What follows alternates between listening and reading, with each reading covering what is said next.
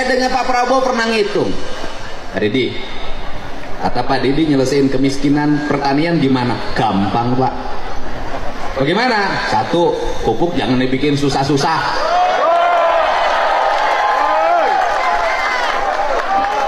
Jangan dibikin susah-susah, bikin pupuk susah banget, aturannya banyak banget, bikin yang sebanyak-banyaknya, negara rugi, nggak apa-apa, asal petani untung. Betul, yuk. Dua, saya katakan, setiap buruh tani harus punya sapi. Bantuan sapinya jangan kayak kemarin-kemarin, Pak, dari Kementan, kurus-kurus, tua-tua, nggak mau hamil lagi. Itu saya bagiin sampai 2 tahun ke saya, Pak, nggak sanggup.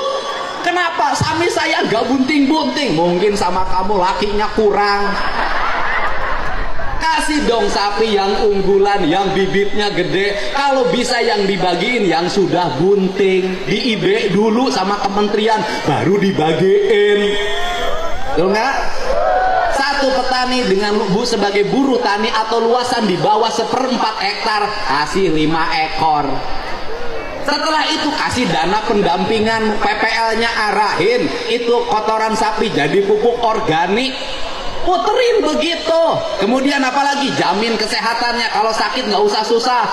Bener rakyat pakai BPJS, bener, tapi banyak yang BPJS-nya nggak bisa bayar. Saya tuh kenapa kan dia ngomong gitu tiap hari, aku ngurus yang begitu. Masuk rumah sakit BPJS nggak ada, bayar dulu. Masuk rumah sakit, di rumah sakitnya nggak bisa nungguin. Kenapa? Berhenti kerja ngebecanya. Bener nggak? Nah, jadi gratisin itu pelayanan kesehatan. Yang berikutnya apa lagi? Bangun rumah sakit, jangan numpuk satu tempat. Ya, kabupaten harus punya rumah sakit rujukan, nggak usah operasi ke pusat kota, cukup di kabupaten. Turunin dokter-dokter terbaik di situ.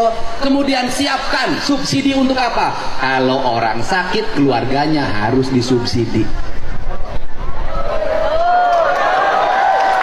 Kenapa kan dia ngomong gitu? Suaminya sakit, bininya nungguin. Yang nyari duit siapa? Saya ngalamin, saya pernah punya kebijakan, kalau keluarganya sakit, yang nungguinnya saya kasih uang saku 100.000 per hari. Bisa negara? Bisa. Bisa nggak? Bisa. Sekolah, bikin perguruan tinggi udah dirancang oleh Pak Prabowo kan sekarang, sudah ada politeknik di NTT, nanti terus begitu. Nah, kemudian kalau itu dilakukan, kemiskinan selesai. Orang miskin karena sakit, rumah sakitnya mahal. Benar gak? Orang kaya penghasilan 20 juta kena cuci darah jadi miskin. Benar gak? Benar gak? Ini problem.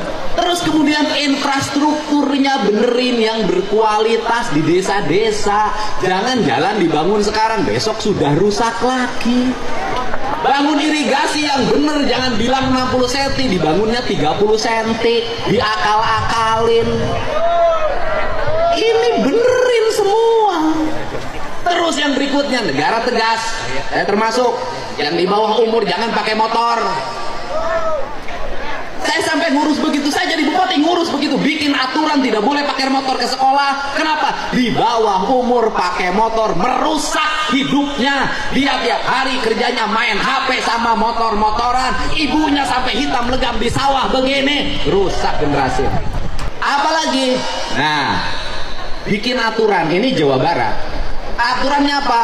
Mereka yang hajatan boleh hajatan kalau punya uang. Yang nggak punya uang nggak boleh hiburan-hiburan, udah numpeng aja. Kenapa? Di Jawa Barat banyak yang kawinan pinjem Bang Emok. Beres Bang Emok, hutang sampai pergi ke Arab. Ini negara ngatur, kepala desanya ngatur, semua ngatur seperti itu. Pusat dan daerahnya ngatur, rakyatnya dijamin, diatur tapi dijamin. Sekali lagi apa? Diatur tapi jangan suka ngatur kalau tidak menjam. Begitu. Orang yang ngatur harus menjam. Ini tugas negara mengatur dan menjam. Tugas rakyat diatur dan mendapat jamin. Ya, ini saja apa yang saya sampaikan. Saya panjang dan pendek ngomongnya, pulangnya nggak akan ditransfer. Ongkos sendiri. Alhamdulillah. Tepuk tangan ya buat Kanjeng. Saya kebetulan tiap malam keliling untuk menyampaikan pesan-pesan Pak Prabowo. Tadi malam di Cirebon, sekarang di sini. Nanti malam saya harus ke Bandung, besok saya ke Bekasi. Saya tiap malam keliling untuk menyampaikan pesan. Saya ingin Indonesia kepemimpinan Pak Jokowi diteruskan sama orang yang jujur, orang yang otentik bukan kosmetik, orang yang tidak suka pencitraan tapi ngomong apa adanya, orang yang selalu dihianati tapi tidak pernah mengkhianati. Setuju? Kita ucapkan terima kasih, kita sambut Gus Miftah datang ke tempat ini. Monggo diaturanan lega. Atur nuhun. Wallahu muwaffiq ila aqwamit thoriq. Assalamualaikum warahmatullahi wabarakatuh. Kasih Bu. Alhamdulillah. Terima kasih Kang Deddy Mulyadi atas sambutannya yang sangat luar biasa. Tepuk tangan sekali lagi Bapak dan Ibu. Iya, tepuk tangan.